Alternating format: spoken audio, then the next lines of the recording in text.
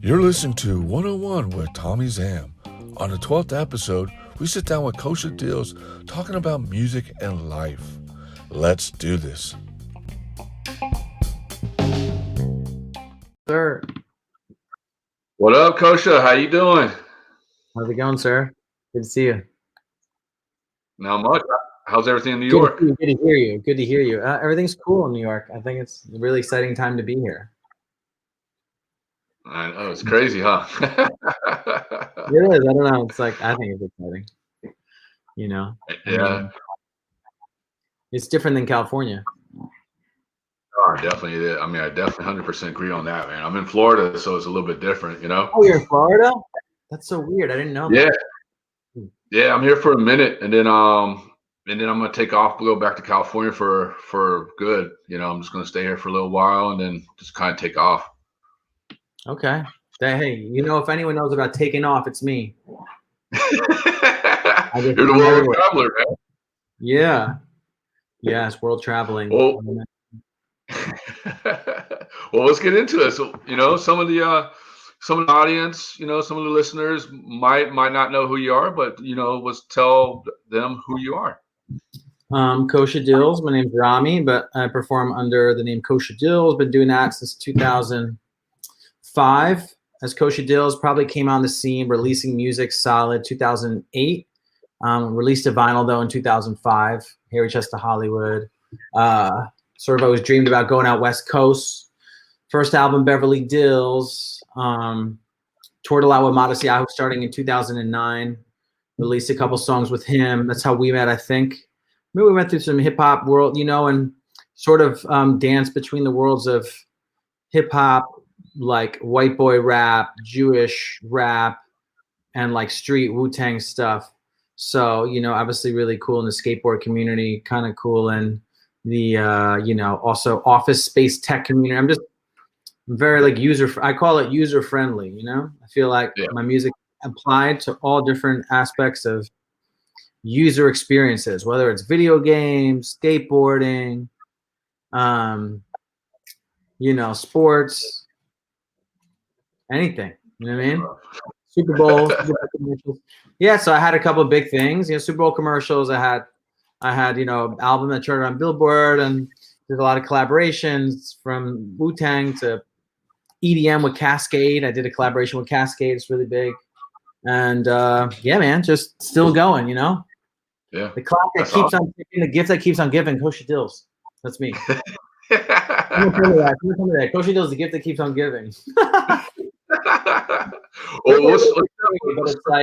it's like, yeah, I'm still around, you know, I'm not just gonna die off, you know? Yeah. Let me tell you something. I saw a guy the other day on a corner. He goes, oh, hey, like in New York, it's good to see you. And he was a guy, and I was like, I know this guy knows me. I don't know his name, but I know his face, you know? But I didn't feel like asking him what his name was or like where we met or anything. He's like, so what are you doing now for work? And I'm like, if someone asked you what you do for work right off the bat, it's a sucker thing. It's a sucker thing. Because if a girl does or a guy like, well, so what do you do? First off, I'm just like, suck my whatever. You know what I mean? Like in my mind, I won't say that. You know?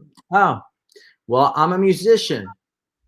And, you know, they'll be like, whoa, you make money off doing that? It's like someone saying, oh, you make money off skateboarding? Like, how do you make money off skateboarding? You're skating around. Where's the money coming? Does it grow from the deck? And you're just like, you know what I'm saying? And you're like, I can't believe I'm having this conversation with this person. It's the same kind of concept of people. I had this discussion today with a comedian. They're like, so if you're a rapper and I'm a comedian and someone's like, oh, you're a comedian? Dude, could you tell me a joke? And you're just like, this guy's never been to he doesn't even go to comedy shows. He's not even involved. He doesn't have any appreciation for comedy.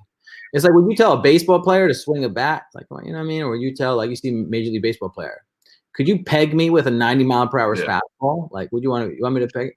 So, you know, reversing that, just being totally artist insane and be like, yeah, bro, I still rap. Like, you want me to rap for you right now in your car? You know, like a rapper and like scream, like, and he wanted you to rap, but all of a sudden you start rapping so long, he's like, he didn't even know how to react. He's like, I gotta go, you know. Oh yeah, keep fucking with people, you know. Anyways, you know, sometimes that happens, man. So I've been doing a lot. But if you're really, really interested in me, you know, you hit that Google button, hit the, you know, go to Spotify, go to YouTube, see videos, dig in deep, you know, subscribe, do all that stuff, and just go all in. Just say, you know what, I'm gonna have a Kosha Dillz day, and I'm just gonna go and look, and you're just gonna find a lot of stuff, man. It's gonna be like, whoa, you should be famous, and you know, one of those.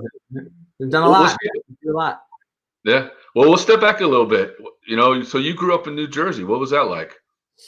Jersey was a lot of sports, a lot of wrestling, a lot of soccer, a lot of, you know, smoking weed with my friends with 15, 16, you know what I mean? Studying for the SAT, you know,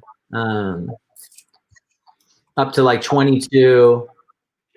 I lived in Jersey till I was 29, you know, very like coffee, very like Italians, Irish Catholics. It's very like suburbia. But like not like class. I don't know. It's like, you know, Jersey. What you would think it is. Jersey, you know? Yeah. Egg and cheese sandwiches and pork roll, egg and cheese. Like, I don't know. It's like an interesting pocket of America. It's very suburban and very cool, but there's also a lot of like redneck parts to Jersey. Redneck, but it's like really a great place too. I don't know how to describe it. You know? It's sort of like those pockets of California where you're just like really liberal, and then out of nowhere you're like, you know, it's super like just, it's different, you know? Yeah. It's like Temecula. You're like, oh my God, this is not LA. Temecula is different. Yeah, Temecula's way different. Temecula's way different. Temecula's way different. So hold on. So you said you were wrestling. So how did that happen, dude? Yes, my family is always wrestling. You know, my brothers, everyone's a wrestler. Yeah, you know, and I just, you know, did what my brothers did. So I wrestled. I liked fighting. I liked competition. I liked going against other people. And I kind of like considered, I was like, yeah, I should get back into battle rap. Just start battling people. I'm like, people, when I street perform, so I've been street performing for about 6 years. People, I'll battle you. And I'll be like, okay, put some money up. You know what I'm saying? Like, I'm down to battle you, you know? Plus, it's such great content, you know, just slaying some random dude, just slay him. You know, it doesn't give you an innocent bystander. You know what I mean? It'd be like, all right, battle rock. I'm just like, all right, listen, dude, you're a clown. Your girlfriend, not down. You know, your father is a wannabe homie the clown. You know what I'm saying? And it's like, you're so unknown. You're under the underground. You're like, you know, so, you know. and just getting the public crowd to laugh, you know, it's like a prank. It's like not fair. It's like somebody saying like, oh, you do you're like, you know, Taekwondo or something. And did you watch Cobra Kai? No, I haven't seen it yet. Have you? Like, no, yeah, it's amazing. But it's just like, oh wow, like you're a black belt in karate, and you're like, oh, you know, they'll try to kick, you know, and dude, like, you know, just totally just destroy you in one kick. So it's kind of like being an experienced rapper. I didn't realize how easy it is for me to rap comparison to people who don't rap, you know, because you spend like, I'll fall face first on the skateboard, you know. Have you ever tried skateboarding? Yeah. And I can like skate around, but I'm like, you know, there's people that skate, and it's cool because I'm at Washington Square Park in New York, and there's a lot of skaters, you know. So it's cool just to, I appreciate it. You know, I respect it, you know. Yeah. It looks so easy to just hop into the half pipe and go up and down. You know what I mean? It's not. Yeah. No, definitely. And then, so, you know, so being in being in competitions like wrestling and baseball and all the sports and stuff, and then you became, you know, you think it's a lot easier for you to be a hip hop artist or a rapper, or is it a lot easier because you've been all that competitive, and so you feel like rapping is a lot of competitive to you too, towards other people? Or yeah, I like competition. It also, I think there's like an interesting line between competition and comparing yourself to other people for the worse or better. I think, but healthy competition is really good. You know what I mean? You know, baseball, I didn't ever play baseball, but soccer, and like, you know, you're part of a team, but wrestling, it's one-on-one. It's kind of all on you if you lose. And I was doing it since I was a kid. So by the time I was, you know, senior in high school, I was like kicking ass, state championships. And, you know, I was like some of the top people in the state. And that's an accomplishment, you know, because you're going against a possibility of 1,000 kids and you're top 16, you know. So, but this is people that have, you know, put the work in. Yeah. You get it, you know. And rap is just, even the people that aren't as talented, like, it's just there's so many classes, right? It's like a weight class. So rap, it's like, you know, trap rap isn't the same weight class as like underground rap or like Jewish twisted rap with this kind and this kind, or these different classes. And each class only gets so far in like the public sphere. So you could be the best in one world, but you're only exposed to so much this. So it's a different kind of competition, you know? Mm-hmm. And I have these conversations with people who are working for some of the largest artists in the world and stuff. And they're like, well, if that's what you want, you have to kind of do this.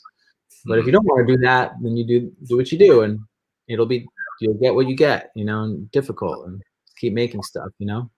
Yeah, definitely. And then how old were you when you first got into hip hop or rap or underground and stuff? 16, I was like rapping. Maybe even 14. I want to say I wrote my first rhyme when I was 14. Okay. Like in homeroom, like 14. Yeah, 14, and just using words, and, you know, creative writing was cool in English class, and, you know, listening to my friends rap when I was 15, 16, and being in like ciphers. But I remember people in ciphers like spitting Wu-Tang lines. Mm-hmm. Like there wasn't their rhymes, but I was like, well, that dude's nice. But that was Wu-Tang. He was rhyming like the lyrics from Wu-Tang song. And then like when I was 17, I started going to New York City, New York and Post Cafe in Alphabet City, and started performing. Mm-hmm. And that was like when it really started, you know, like really writing and really getting ready for it. Yeah. And who was your influencers back then? Like, you know, for a hip hop artist and stuff? Underground rap, like super, like I was into, like, my buddy that taught me how to rap was this dude named Yak Balls. So he was like Yak Balls, and I'm Kosha Dillz. Like that was like the idea of my head. But like he was this Persian dude. I was this Israeli. Like our parents were all like foreign parents. Like we lived in a really diverse area. We were and played soccer together at the time. And he worked at this place called Footwork. And anything they were selling out of that store is what I was into. Like KCRW, Bobito, and Stretch, whatever they played. So I'm talking like, you know, Capone and Noriega was like pop culture. Like Mobb Deep was like pop music for that world. It's like Mobb Deep is not pop music, but that was like the popular stuff. And then I liked like Vast Air, Subconscious. I mean, these are really underground, right? Cannibal Ox, LP Company Flow, Wu-Tang. That was the stuff I grew up on. You know, some Nas. But then I would have weird things like Humpty Hump, like Digital Underground was like, you know, so I liked a little funk and a little bit of like weird, you know, kind of a little bit to the left. I was getting into that, which everyone was like, yo, what's up with that? Like, you playing Digital Underground? Like, what's up with that? You know? Hey, that's awesome, dude. I mean, that's some good influence, you know what I mean? To have like Humpty Hump and Wu-Tang and all that stuff to influence to what you are now. You know what I mean? Because I mean, is it? Do you feel that it's harder for Jewish rappers to make it, or do you think it's a lot easier? There's a difference between like that thing didn't even exist, right? The only Jewish rappers were like Necro, and that was like a guy that's like saying he's gonna like have sex with your dead mom, and like, you know what I mean? Saying Necro's amazing for what he is, but he's like Necro. He was like hardcore Jewish gangster, like Bugsy Siegel. It was like that was the idea of like, I'm Jewish and I could beat your ass. I'm a tough Jew and you're an Italian mobster. Very like that world, right? So Modest Yahoo was like just this new thing, you know, and this whole scene was bubbling on the right that no one really knew about in rap. But because my name was Kosha Dillz, people sought me out. And I was like going on like Jewish trips and Israel trips. I was like, yeah, I'll come study for free, or, you know, I'm like, okay. And I just got sober. I was on probation from like my last arrest. And I'm like, it was just the way I was rhyming. I heard a song from like 2006 and it was like with a Wu-Tang affiliate. And I was like, yo, I was like rhyming about like super hardcore references that you wouldn't realize this Jewish influenced. But it was like Moses, like straight street Moses. I was like trying to be like street Moses. Talking about like, man, I gotta sing his song. It was like 29 reusing the clip of an MX team, Israeli Uzis, and the bars, and like, you know what I mean, like splitting ways. And you're like, yo, these bars are like, he's rapping, but like, what is he rapping? Like, you're like, whoa. So it's really interesting. It's definitely difficult because there's Jewish people don't appreciate stuff like in Jewish scene. I want to say Jewish people in general, but like Jewish people in the Jewish world of like Jewish newspapers and stuff. They're like, oh, that was an amazing rap. That wasn't, and this is for the Jewish world. And they'll share it, but they're not a fan of hip hop. You know what I'm saying? Like that doesn't mean they don't like hip hop and their own separate things, but they're not like collectively like, they're like, whoa, we could do an event here that is a hip hop event at our organization, and we could pay you to do that because you're a special person that's in some other world, and we really respect that, and we want you to come here and show us about it. Yeah. Because other people are like, I want to do that. You know what I'm saying? Everyone has their individual goals. So we started navigating, okay, these are my shows that I want to do. These are how many tickets I could sell in San Diego. Mm-hmm. That's what I'm getting money to make. But then there's these like organizations that like I could somehow do that same show and twist it a little bit and deliver it to somebody else in a different way, like a community per se, and then make a little bit different, make, you know, get a big check. Like nonprofit organization. There's all these nonprofits that are like in the Jewish world, like just little camps and things like that, and synagogues, and it's also like that for like the Christian music scene, you know, like in this religious cultural world, you know. And I became in multicultural events, and it started just becoming a thing, like an offspring of mine, of stuff that I wanted to do. So I didn't feel like I was selling out or doing anything. I just something I did. The name Kosha Dillz was more like, I wanted to have that name in pop culture. I didn't want to have that name in Jewish culture. I just always wanted to make sure that I was Jewish and like held that integrity, because I didn't want anything to do with that when I went to pop culture. So if I got big, which I have gotten pretty big, I've done a lot of work on it, you know. It's just always people remember like, oh, that dude's Jewish. You know what I'm saying? Like on the highest level, like Hot 97, you know, rap battles, Kosha Dillz. And it's a cool name. Yeah. Jewish people, not everyone even knows what Kosha Dillz is, because it's like kosher, it's like hip hop, you know. So yeah, no, it's a catchy, it's a really catchy name, because I mean it's Kosha Dillz, you know. It's like they look at you, they're like, oh, that's Kosha Dillz over there, you know what I mean? You ask anybody, they don't know your real name. yeah, my real name is hard to pronounce, so you know. And I love my real name, and I'm like using it more now and stuff. Just Rami Matan Evanesh. It's like a very non-white name, so people can't pronounce that. And I kind of do it as a way to fight anti-Semitism and stuff. And there's a whole science behind it. And then I just want people to respect me because I'm dope, and then let me speak on other things because they like my music. And then they're like, whoa, I listen to what you say. I respect you. Yeah. I don't want people to listen to me because I have something to say and they don't respect me because they don't know any of my music or anything. You know what I mean? You have to earn your way to have a level to speak. Yeah. On certain shit. You know what I mean? Yeah, definitely. And do you feel that you have earned that level, like moving up? Yeah, I mean, I've worked with everyone. Like I've worked with the A-list. You know, I'm not A-list. I'm kind of A-list adjacent, B-list adjacent. You know what I mean? I feel like I'm on that C-D level. And I just you're A, man. a lot of people, but it's what you're into. But like as far as pop culture, like I'm not selling records like Big Sean or Tekashi 6ix9ine, but I'm working with Tekashi 6ix9ine's producers.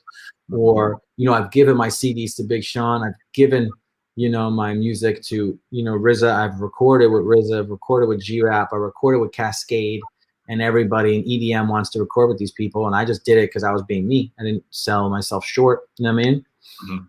Like, and now I have other visions, you know, and it's like you make certain moves and certain things happen, certain things don't. You know, working with Modest Yahoo, he has a lot of clout. Other people like the songs we make. You get to make a song with somebody, someone likes that song, and it's on, you know? People love it. You know, at the end of the day, you can't say that's a dope song. People will share it automatically without you having to tell them because they love the song, you know? And that's like the goal with your music, that your music's so undeniable that everyone's talking about it. Like, wow, this guy's great. You know? That's it. No, definitely. That's where I want to be at, you know?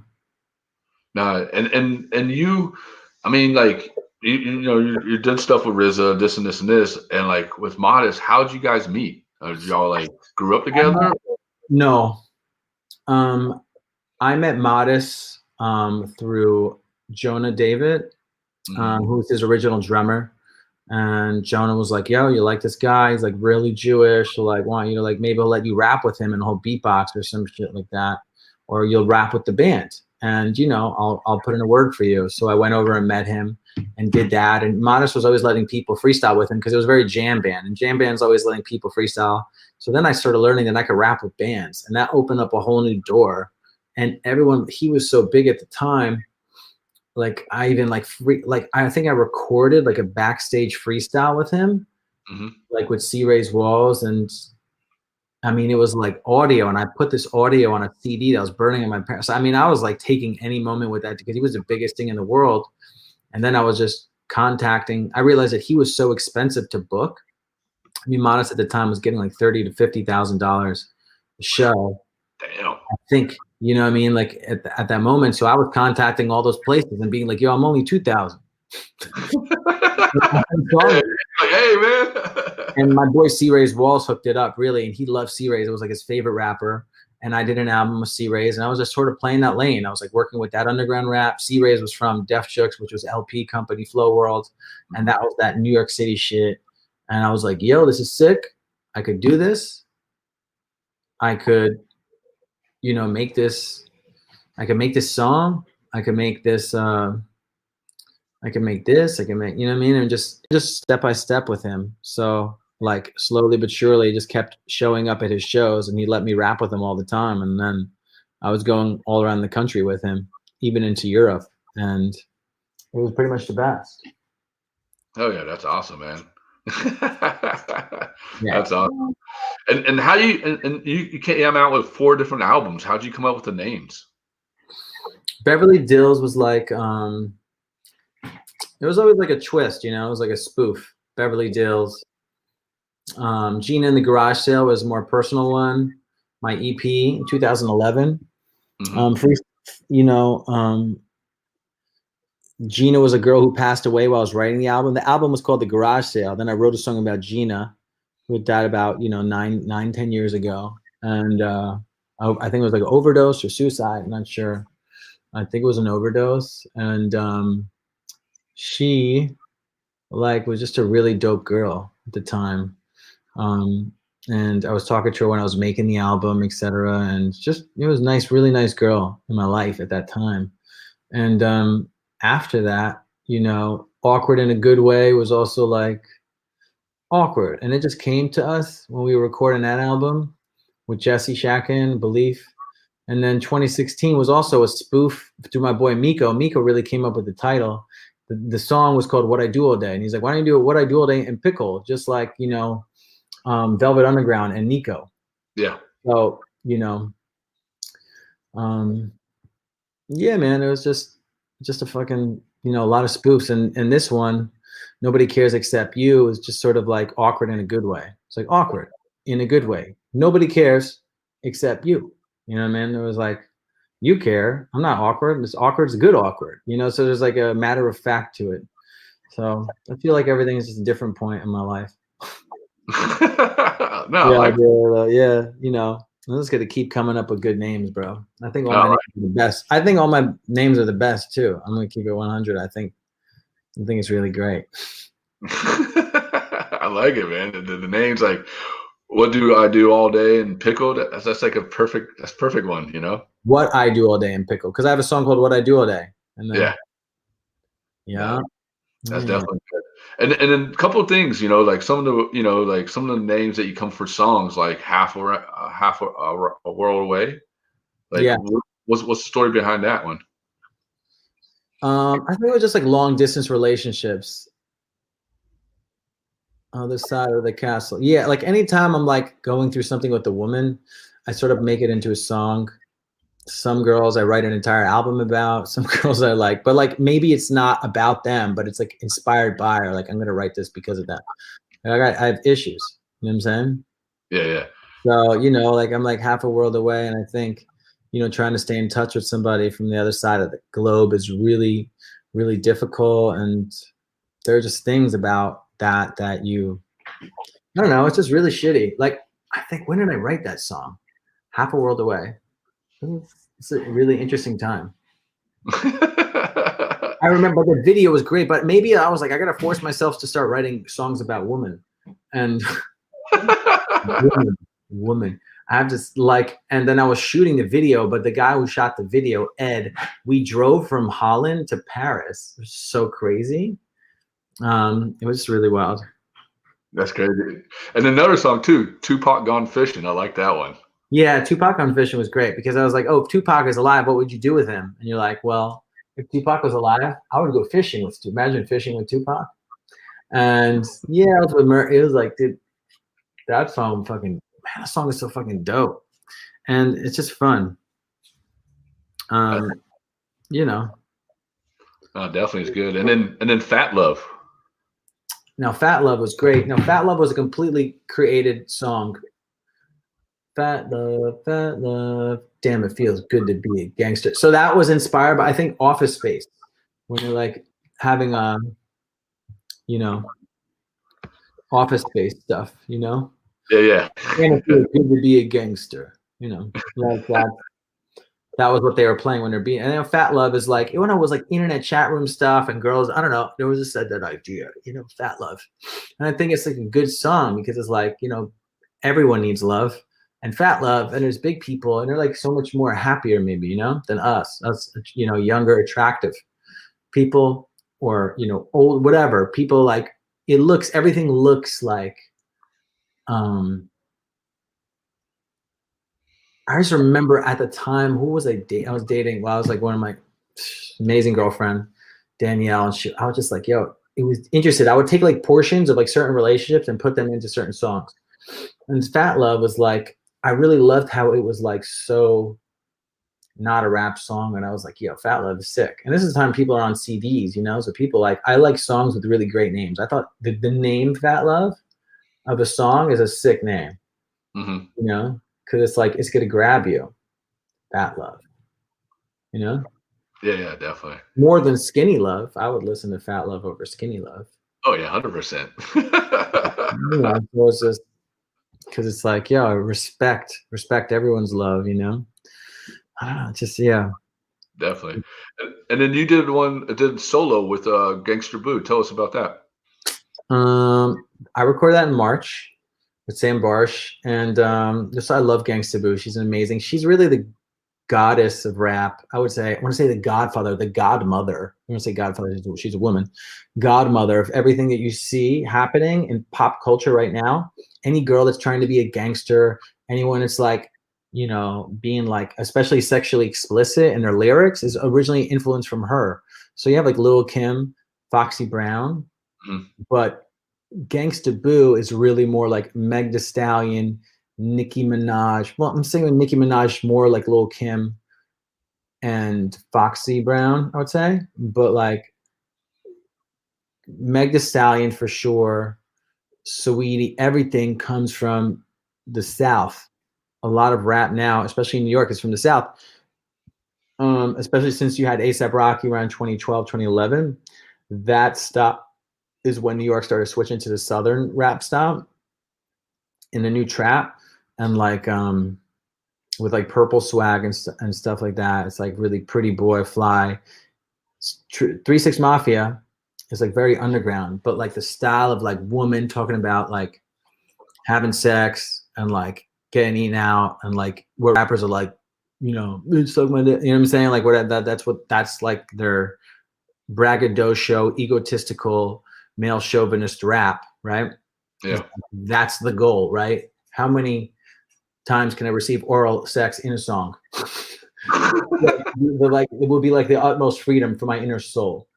Gangsta Boo did that for women. So when girls come out and like, especially like hip hop became more popular and like white people, you know, because they're buying 80% of hip hop and buying all these tickets and buying all this merch. So they figured out how to get like all these people of like someone, what Gangsta Boo was doing. She's not going to get what Kreayshawn was doing in 2011 with Gucci, because Kreayshawn's a little cute white girl in the Bay. And she's like, you know, there's a lot of controversy around like that, and her friends saying the N-word, and you know, it just easier. It's on a nicer plate. It's the same food, but it's on a different kind of plate. I'm not saying a nicer plate, worse plate. Yeah. Gangsta Boo is a legend. So I hooked up with her in 2013 to do a song, and I hooked up with her to do this song, and I would do a whole album with her if I could afford to. You know what I'm saying, financially, because she deserves her due. But I think as far as a sharp lyricist, I mean, she has songs with Eminem, and I have a song with Gangsta Boo. I have 2 songs with Gangsta Boo. So if you have a song with Eminem, like, and Eminem raps about you, like, she is the best. But the problem with that sometimes comes, you know, is when it's just like, what's next, you know? Mm-hmm. You just got the biggest thing in the world and you could still be unhappy. I could never be like, I'm like, can I be sad after having a song with Eminem? Like, what happens if I hate myself? You know what I mean?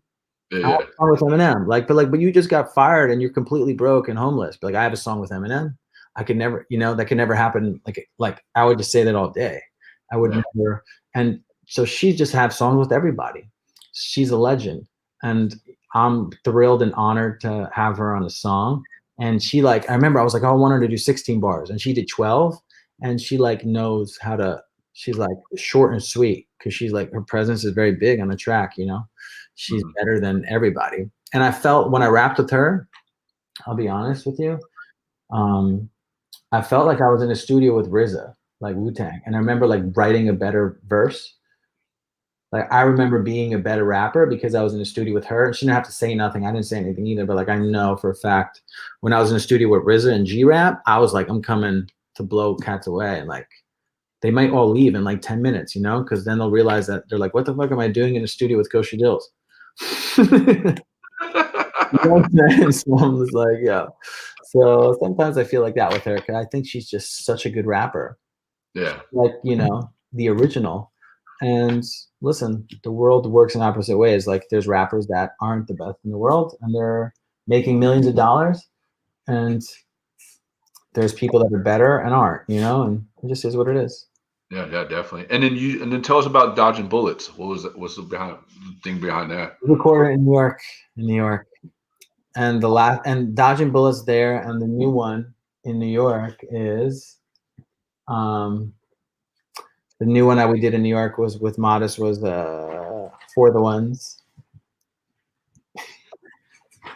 Yeah, it's a sick song. I'm just thrilled to work with Modest because the songs with Modest are timeless. They're gonna go on forever. You know, people are gonna listen to forever. So the best thing about all these songs, Gangsta Boo, Modest, I mean, even the Cascade song, you know what I mean, that you have out, just like anyone that's bigger than me, it's going to make it that I'm always going to be more people are going to discover me every day while people find these songs, you know? Mm-hmm. And then you just dropped a new single called W9. Tell us about that. Produced by my boy Sad Pony, who just did the Tekashi 6ix9ine Nicki Minaj song, Trolls. Mm-hmm. Yep.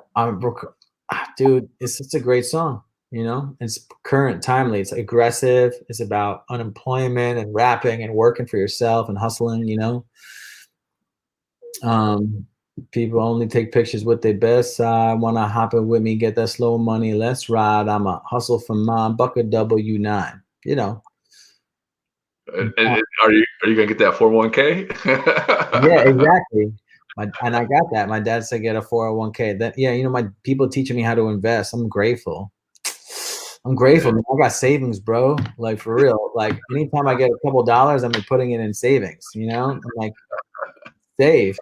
Because you don't need nothing. You don't need anything, man. That's what I learned. I'm good. Do you feel like you being a hustler, hustling every day and getting out there, performing, street performing and everything, do you think that has grown, that made you grow into who you are now? Listen, I mean, if I don't want to do it, my rule is if I don't want to do it, I do it. Mm-hmm. I don't want to street perform today. I'm like, get out there and do it. And that's always led me to like my biggest deals, you know, buy studio equipment. You know, if I don't want to do it, I do it. Don't spend your money on that. Oh, you don't need to do it. You know, no, that you need to do it because a lot of my fear is imposed into my work. So if I'm afraid of doing it, I do it. Mm-hmm. And in relation to music, I wouldn't say if you're afraid to do certain other things, you know. Yeah. Definitely. And you did like you wrote there was an article about you saying something about with you and Mac Miller and stuff. Mm-hmm. Tell us about that. Well, I mean, I write articles on recovery. You know what I'm saying? Mm-hmm. So, like in relation to that, I mean, I don't really know what else to say except You know, he passed away from drug addiction, and people look at me. I've been clean 16 years. I'm clean longer than Eminem. I've been sober over 16 years. So as far as anyone sober in rap, I'm like up there. The only other person I know as much as me is like my boy Kyle Raps, is also, you know, sober a long time and also has a lot of big songs out with other rappers. But like, I'm always speaking on it as much as I can because I think I should. You know what I mean? And so like Mac Miller passes away, Lil Peep passes away. People hit me up and ask me like, yo, could you say, you know, like reflect on this? Or, you know, if it's just like if anything happens with anti-Jewish stuff, someone says something about the Jews that own the world, you know, any like anti-Semitic statements that put us in a certain thing or anything to do with Israel, I'm a pundit. Just like a Moral Technique could be a pundit on certain revolutions, on, you know, building housing in Afghanistan, which he's done, is known as a revolutionary rapper. He also does that. So I'm sort of carving that lane as just something I'm passionate about. There's a guy named Ari Hurston. He's a musician, but he's a pundit on like DIY musicianship. He has a book, you know, he kind of touches on all those topics. So like he's the guy that does, you know, the music business stuff, and people look to him, you know, as someone they respect. And I'm that guy for drug addiction. I'm that guy for drug addiction, 100%. I'm that guy, you know, I speak on my experience. I don't speak on stuff I've never experienced, you know, because I'm not a PhD in anything. I study certain things. But when it comes to addiction, rehab, parole, incarceration, I can have a voice on it because it's like my experience, you know?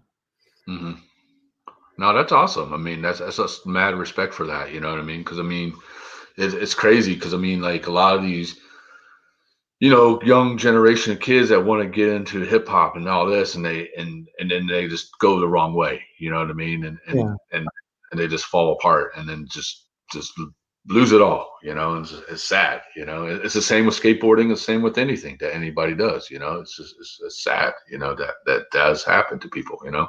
Certain people have a massive success. You know, I met Mac a few times. You know, I'm like, knew who I was and respectful of my shit. And, you know, I've been doing it a long time, you know? So like we were connected in multiple things. We played shows together, festivals together, you know? He's one of the greatest, you know, because he like really tapped into a huge fan base and he earned every step of it. And, you know, like certain people get there. Not everyone gets there at the right time. Like, and I truly believe like I might pop when I'm 45 or something, you know? You're only what, 25, right?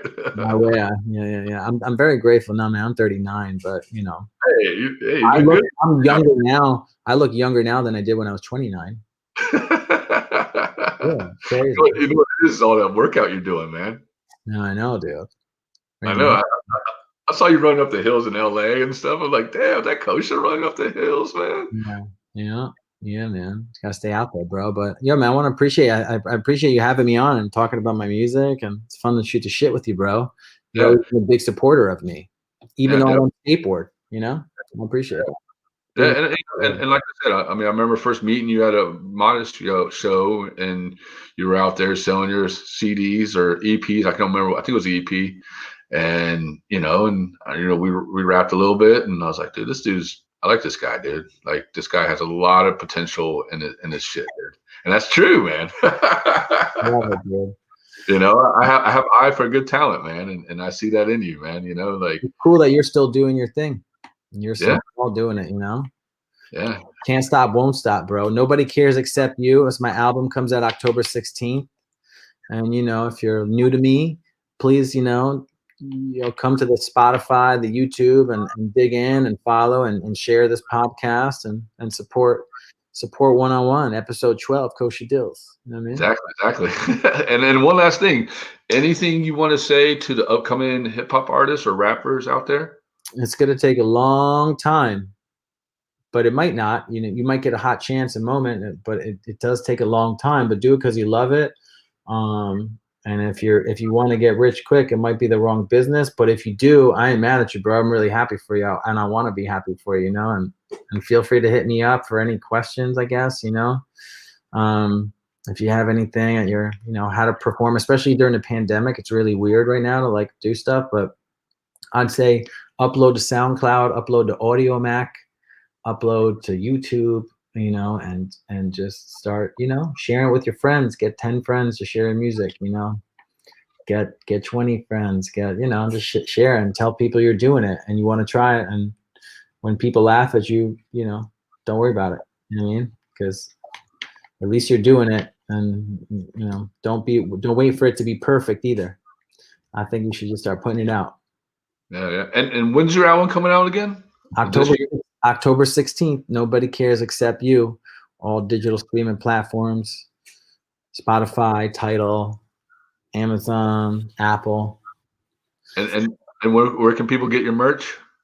Just KoshaDillzWorld.com and districtlines.com/KoshaDillz. Yeah, I got a lot of cool stuff, merch. And you could just, message me on Twitter, Instagram, whatever. All right. Say hey, but Are you doing any like live stream tours or live stream stuff or anything, or what? Doing a couple galas. I'm doing a TED Talk soon. I'm doing a lot of streaming shit. I got a show. I think I'm doing like a gig with pigeons playing ping pong. I'm doing a gig with stream with Gene Simmons from Kiss. I'm like galas, like all kind of interesting stuff, man. I'm managing to get a lot of weird gigs, and I love, the weirder it is, the better it is for me. Hell yeah. And just on my Facebook and Instagram, I'm going to be doing stuff on Sundays at 2 p.m. East Coast time. I'm really excited to start doing that. Inspired by my friend Ada Pasternak. Shout out to her. And she was doing these streams. So I'm going to just try to do like weekly streams on Sundays, talk about stuff, do performances, and, keep it going. It's the first time I'm putting it out there. So this Sunday, I'm going to do a little Rosh Hashanah rap performance. And yeah, man, I'm excited. Hell yeah, man. Hell yeah. Well, Kosha, man, I'm super stoked on you, man. You're killing it. I'm proud of you, man. Like your lyrics, your albums, everything you're doing is amazing, dude. And like, and you're touching a lot of people out there who don't know who you are and who are you, and you're getting new fans and stuff. And I'm very proud of you and stuff like that. And I just want to say real quick to the audience, coming October 25th, we got TSM live shows, season 3, episode 7. That'll be dropping, or 6, 7, 102. That'll be dropping soon. So keep your eye out for that one. But Kosha, thank you so much for being on the show, man. Yeah, and man. Keep on killing it, brother. Yeah, dude. Just hit me on that. I'm also on Cameo if you need any freestyles. Cameo's Kosha Dillz. I think it's like $36 or $18. Then there's districtlines.com/Kosha Dillz. That's where my merch is. You can get face masks, hoodies, long sleeves, tees, hats, and then yeah, man. What else? Oh, the Patreon. I got a Patreon too. So yeah, Patreon, that's right. Yeah, so sign up. Patreon's $2 a month, $3 a month. There's options. Kosha Dillz is that. It's really easy, man. So I'm everywhere. Hell yeah, man. Thanks for having me on, man. I appreciate it. See you. No problem, brother. You have a good one, man. Thank you so much, Kosha. Later. Later.